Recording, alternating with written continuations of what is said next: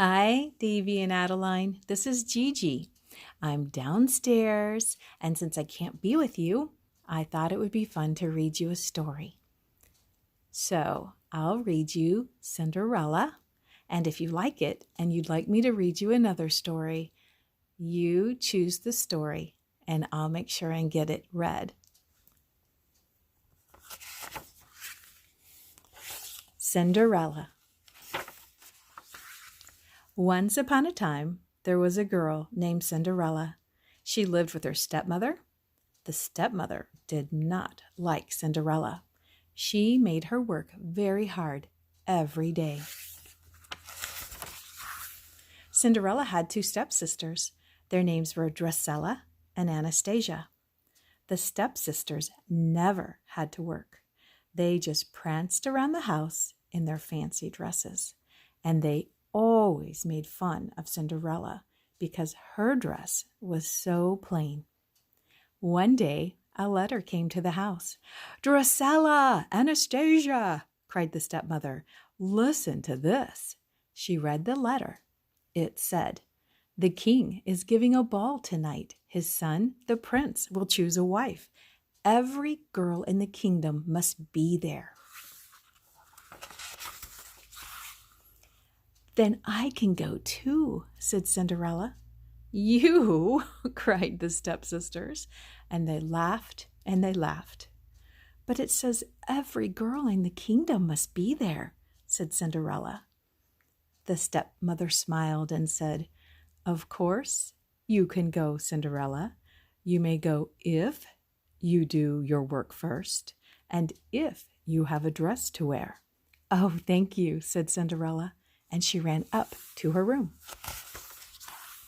Some mice lived in Cinderella's room. They were Cinderella's friends. She had even made little clothes for them. "Guess what?" she cried. "I am going to a ball at the palace." "Hooray!" cried the mice. Then she showed them an old dress. "It just needs a little mending," said Cinderella, "and maybe a sash and some pretty beads." "Yes, yes, Cinderella," said the mice.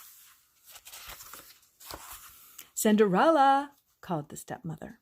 Cinderella went downstairs. "I want you to clean the floors and wash the windows and dust the drapes," said the stepmother. "But I did that yesterday," said Cinderella. "Do it again," said the stepmother. Cinderella worked as fast as she could, but there was always one more thing to do. "Cinderella! Cinderella! Cinderella!" "Oh dear," said Cinderella, "I will never have time to mend my dress." "They make Cinderella work, work, work," said a fat mouse named Gus. "She will have no time to fix her dress," said a skinny mouse named Jack. "We can do it," cried the mice. "We can fix Cinderella's dress." Gus and Jack sneaked into a big room. The stepsisters were dressing for the ball. "I hate this old sash," said Drusilla, and she threw it down. "I never want to see these beads again," said Anastasia, and she dropped them on the floor. Jack grabbed the sash. Gus picked up the beads. They took them to Cinderella's room. "Look, we found these," said Gus. "Now we can make Cinderella's dress really pretty," said Jack. They measured, they cut, they folded, they sewed. They worked and worked as fast as they could. The hours went by quickly. Cinderella had to help the stepsisters with their dresses. When she was done, the stepmother said, "It is time to go to the ball. Girls, are you ready, Cinderella?" "No," said Cinderella sadly.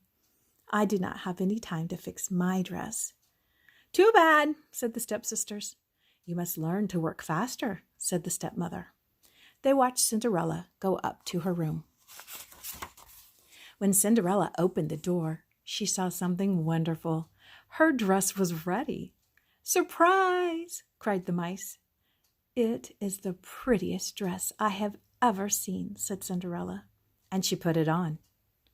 Cinderella ran down the stairs. "Wait," she called. "I can go now. I have a dress." The stepmother and the stepsisters could not believe their eyes. "My sash!" cried Drusilla. "My beads!" cried Anastasia. They ripped off the sash and pulled off the beads. Cinderella's dress was ruined. "Come along, girls," said the stepmother. "The prince is waiting for you." And off they went to the palace. Cinderella was left behind. Cinderella ran into the garden. The mice ran after her. "How I did wish to go to the ball," said Cinderella, "but it is no use. Wishes never come true." "Never, my dear?" said a voice. Cinderella looked up. There was a little woman with a wand. "I am your fairy godmother," she said. "I am here to give you your wish." "Now let me see," said the fairy godmother. "I need a pumpkin and a horse and a dog. What luck! They are right here. And yes, I will need some mice." When the mice heard this, they began to run, but the fairy godmother stopped them with her wand. "Now for the magic words," she said. "Bibbidi, bobbidi, boo." She waved her wand. The pumpkin turned into a coach, the horse turned into a coachman, the dog turned into a footman, and the mice turned into white horses. "Now hop in, my dear," said the fairy godmother. "But my dress," said Cinderella. "Oh my," cried the fairy godmother, "I almost forgot." She waved her wand again. Cinderella looked down. Her dress turned into a white gown. Her shoes turned into glass slippers. "Oh, thank you," said Cinderella.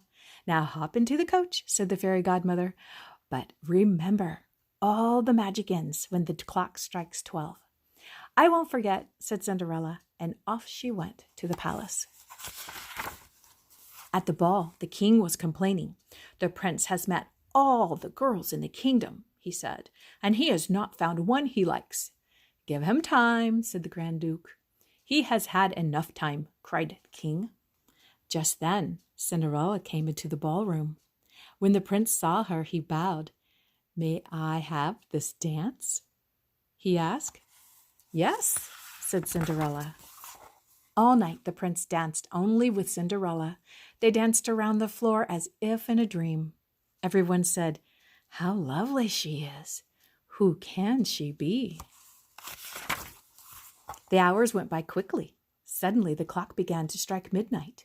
Cinderella ran down the palace steps. As she ran, she lost a glass slipper. When the prince reached the steps, Cinderella was gone. He picked up the tiny glass slipper. "The girl who wore this slipper is the girl I want to marry," said the prince. He told the Grand Duke to find her.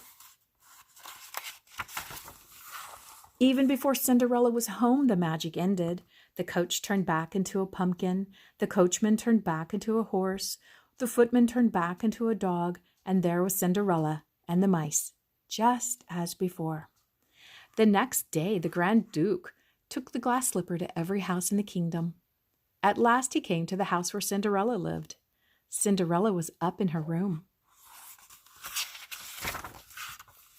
First, Drusilla tried the slipper. Her foot was much too long. Then Anastasia tried the slipper. Her foot was much too wide. "Are there any other girls in this house?" asked the Grand Duke.